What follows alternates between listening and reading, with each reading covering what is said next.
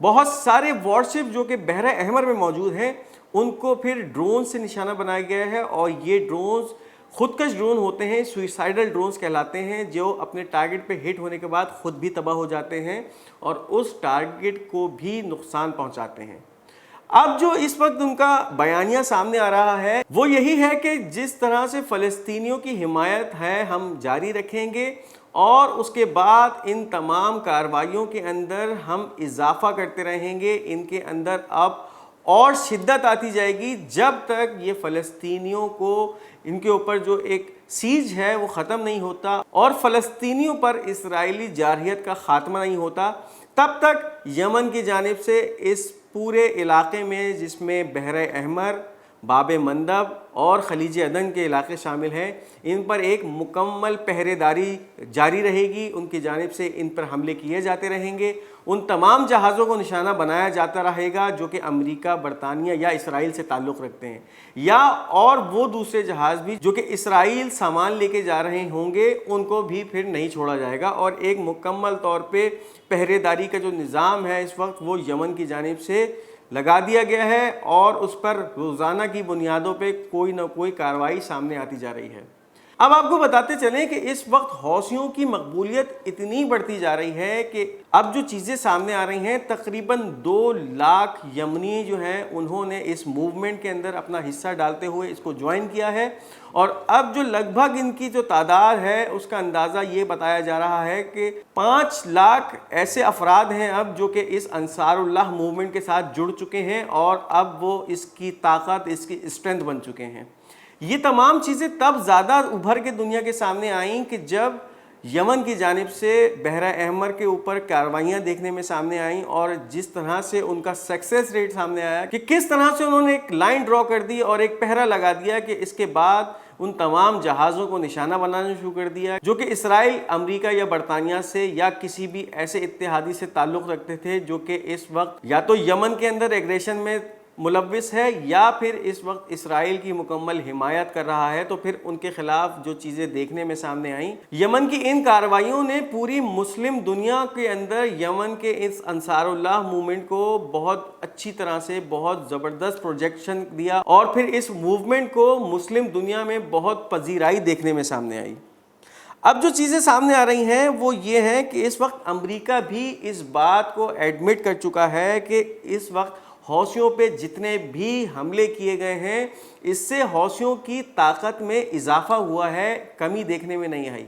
آپ کو بتائیں کہ اس وقت جو یمن جن حالات سے گزر رہا ہے، یہ پچھلے 8 سال جس طرح سے حالت جنگ میں رہا ہے، اب اتنا مکمل پختہ اور مضبوط ہو چکا ہے کہ اب ان کو یہ فرق نہیں پڑتا کہ ان پہ ایئر ریڈز کی جا رہی ہیں، اب تو بلکہ وہ دعوت دے رہے ہیں کہ اگر تمہیں لڑنا ہے تو ہمارے ملک میں آؤ، زمینی فوجیں اتارو اور ہم سے 1 to 1 فائٹ کرو۔ یعنی یہ اب ان کا مورال ہے، یہ ان کا اس وقت جگرا ہے کہ کس طرح سے وہ امریکہ جیسے سپر پاور کو دعوت دے رہے ہیں، نہ صرف دعوت بلکہ اب تو یہ اس کو کھلا چیلنج دے رہے ہیں۔ ایک طرف کبھی بحر احمر میں امریکی جہازوں پہ حملے کر دیے جاتے ہیں اور کبھی اس کا MQ-9 ریپر ڈرون جو ہے وہ تباہ کر دیا جاتا ہے یمنی فضائی حدود کے اندر۔ تو یہ کھلے چیلنجز دیے جا رہے ہیں اس وقت یمنیوں کی جانب سے امریکہ اور ساتھ ساتھ برطانیہ کو کہ دیکھو ہم تمہارے خلاف کارروائیاں جاری رکھے ہوئے ہیں، اگر تم میں ہمت ہے، دم ہے تو آؤ اور لڑو۔ تو یہ بہت زبردست چیزیں سامنے آ رہی ہیں کہ اب انصار اللہ کے جو موومنٹ ہے اس کا ایکسپینشن، اور جس طرح سے اب 2 لاکھ یمنیوں نے اس کو جوائن کیا ہے اور اب یہ فورس تقریباً 5 لاکھ یمنیوں پہ مشتمل ہو چکی ہے، یہ اس کی اسٹرینتھ میں بہت بڑا اضافہ ہے، اور اب یہ امریکہ کے اوپر ایک طرح سے اور زیادہ پریشر ہوگا کہ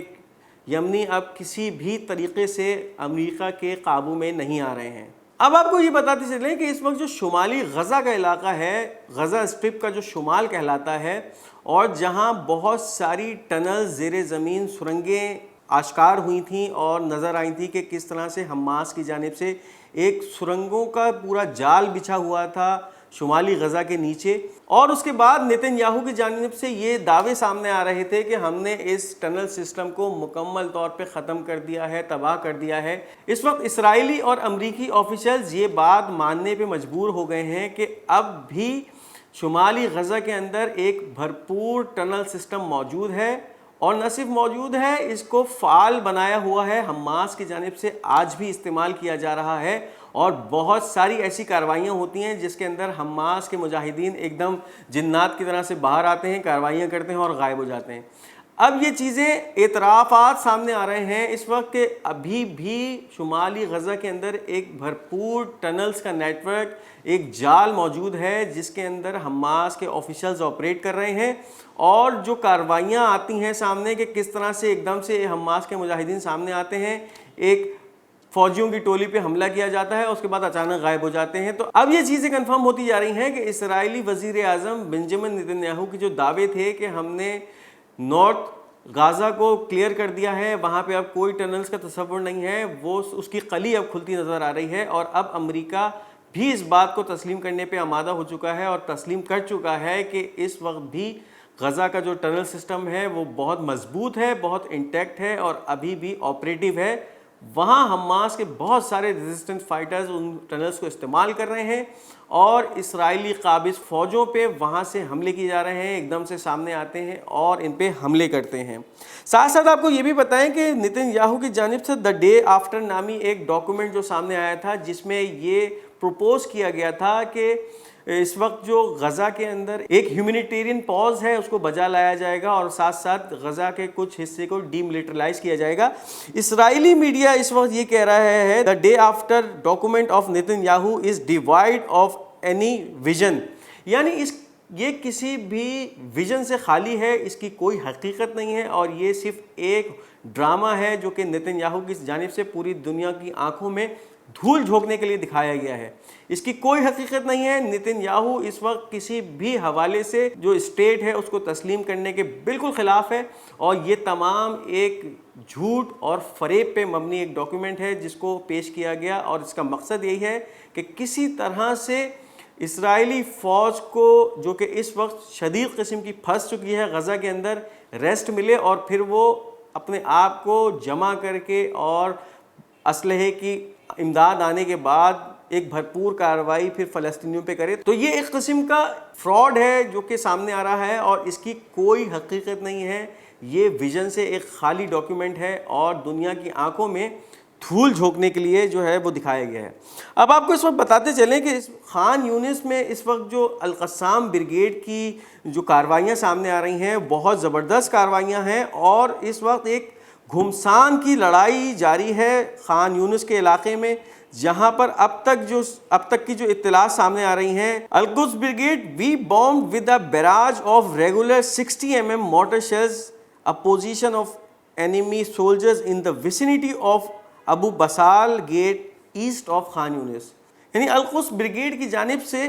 ابو بسال گیٹ کے نزدیک جو کہ ایسٹ آف خان یونس یعنی مشرقی خان یونس کا علاقہ ہے، وہاں پہ شدید بمباری کی گئی ہے ان فوجوں کے اوپر جو کہ قابض اسرائیلی فوج وہاں پہ موجود تھی، اور ان کو 60 ملی میٹر کے جو مارٹر شیلز ہیں ان سے تابڑ توڑ ان پہ حملے کیے گئے ہیں، اور ان کو اس جگہ کو خالی کرنے اور وہاں سے پیچھے ہٹنے پہ مجبور کیا گیا ہے۔ اس کے ساتھ ساتھ جو پھر الاقصی شہداء بریگیڈ ہے ان کی جانب سے، اچھا اب آپ کو یہ بتائیں کہ اس وقت یہ جو الاقصی شہداء بریگیڈ آپریٹ کر رہا ہے، ایک طرف تو یہ غزہ اسٹرپ ہے، دوسری جانب اب جو چیزیں سامنے آ رہی ہیں، فلسطین کا جو ویسٹ بینک ہے جس میں یروشلم اور مسجد الاقصی موجود ہے، وہ ویسٹ بینک کا علاقہ کہلاتا ہے۔ اب وہاں پر بھی اسرائیلی فوجی جو ہیں ان کی ریزسٹنٹ فائٹرز سے جو ہے لڑائیاں سامنے آ رہی ہیں، اور یہ وہ علاقہ تھا جہاں پہ اب تک یہ جنگ اتنی شدت اختیار نہیں کی ہوئی تھی، اب تک جو بھی جنگ تھی وہ غزہ اسٹرپ میں چل رہی تھی، لیکن یہ جو ویسٹ بینک کا علاقہ ہے اب یہاں سے بھی بہت ساری خبریں آنا شروع ہو گئی ہیں۔ ابھی جو یہ خبر سامنے آ رہی ہے، جنین fighters are engaged in clashes with the occupation forces in Horsh al-Saada area۔ یہ وہ جنین کا علاقہ ہے جو کہ ویسٹ بینک اور یروشلم سے قریب ہے، اور اس کا اور غزہ اسٹرپ کے بیچ کے اندر جو اسرائیلی ہیں انہوں نے قبضے کیے ہوئے ہیں، اور اس فلسطینی یا مقبوضہ فلسطینی علاقے کو اسرائیل کا نام دیا گیا ہے۔ ایک طرف چھوٹی سی غزہ پٹی ہے، پھر بیچ میں ایک مقبوضہ فلسطین یا پھر جس کو انہوں نے اسرائیل کہا ہے، اور پھر اس کے بعد وہ ویسٹ بینک آتا ہے جس کے اندر مسجد الاقصی اور یروشلم موجود ہے۔ اب وہاں کی جو کارروائیاں ہیں وہ سامنے آ رہی ہیں کہ کس طرح سے اس وقت فیئرس کلیش چل رہا ہے مجاہدین جو کہ الاقصی شہداء بریگیڈ کے مجاہدین ہیں ان کے ساتھ، اور اب ان کے درمیان آمنے سامنے کی جو لڑائی ہے وہ جاری ہے۔ تو یہ بھی بہت چیزیں سامنے آ رہی ہیں کہ جیسے جیسے